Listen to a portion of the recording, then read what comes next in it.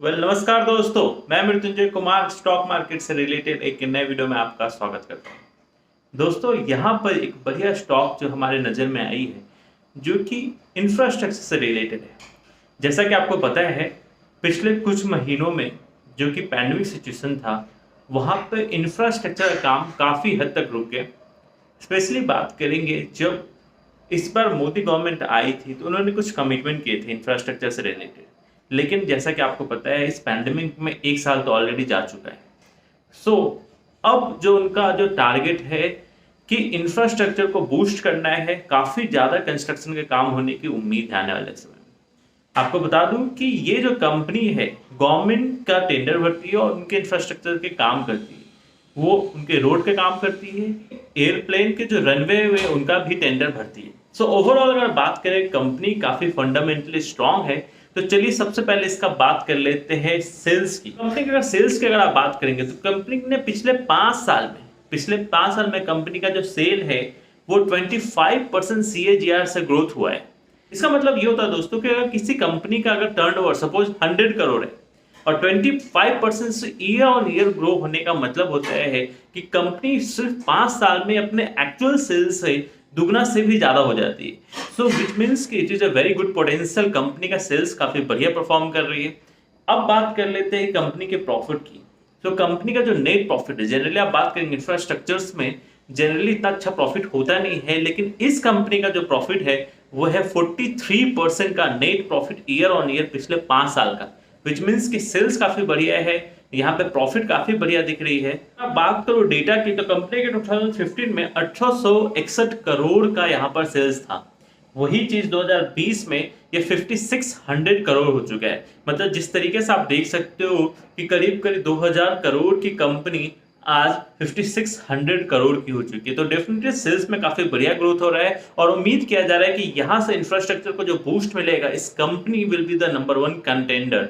यहाँ पर अगर बात करेंगे इसके नेट प्रॉफिट की, तो जो कंपनी का नेट प्रॉफिट इतना बढ़िया है कि कंपनी को लोन लेने की जरूरत नहीं है और ईयर ऑन ईयर कंपनी को 250 से 300 का प्रॉफिट है और 2020 का जो है उसमें 550 नेट प्रॉफिट है।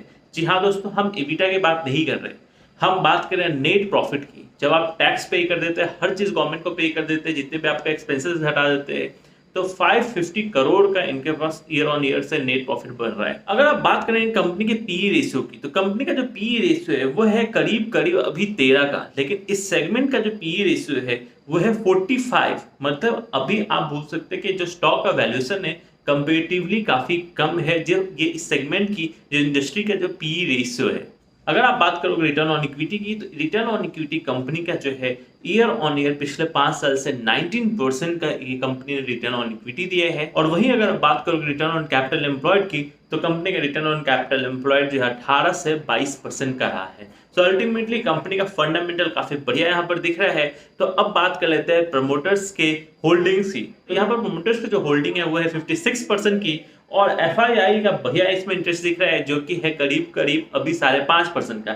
वही डोमेस्टिक म्यूचुअल फंड ये सब को ले लिया जाए तो वो है करीब करीब 23% की और मात्र जो है 14% जो है वो पब्लिक के पास है।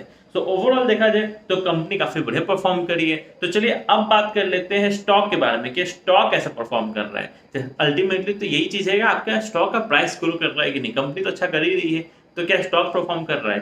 तो अगर आप बात करें स्टॉक की, तो कंपनी ने ईयर ऑन ईयर जो पिछले 5 साल में जो स्टॉक का प्राइस बढ़ा है 22% से ग्रो कर रहा है। मतलब अगर आप 1 लाख इन्वेस्ट करते हो तो 1 साल में अप डाउन हो के बढ़ के आपका वो 22,000 रुपए का प्रॉफिट देता है। और कंपाउंडिंग अगर आप जोड़ दो तो ईयर ऑन ईयर ये 22% आपको बढ़ते जाता है। वही अगर आप बात करेंगे पिछले 3 साल में, तो पिछले 3 साल में कंपनी ने दिया 18% का और पिछले 1 साल का अगर बात करेंगे तो कंपनी का रिटर्न है 48% का। तो दोस्तों, जैसा कि आपको पता है इंफ्रास्ट्रक्चर काफी बूस्ट होने वाली है। तो अगर 2 साल के लिए इन्वेस्टमेंट के लिए देख रहे हैं तो यहाँ पर आप इसमें थोड़ा थोड़ा करके इन्वेस्टमेंट चालू कर सकते हैं। और ये कंपनी का नाम है PNC इंफ्राटेक। तो दोस्तों, ये कंपनी काफी बढ़िया परफॉर्म कर रही है और आई सजेस्ट कि अगर आप इंफ्रास्ट्रक्चर से रिलेटेड कोई स्टॉक देख रहे हैं तो PNC इंफ्रास्ट्रक्चर जो कंपनी है वो काफी बढ़िया एक कंपनी है, जिसमें आपको इन्वेस्ट करने के लिए डेफिनेटली सोचना चाहिए। आज के वीडियो में इतना ही। अगर कोई लेटेस्ट अपडेट या स्टॉक हमारे नजर में आएगी तो आपके सामने लेकर आएंगे। मिलेंगे नेक्स्ट वीडियो में। जब तक stay safe, make money. Thank you.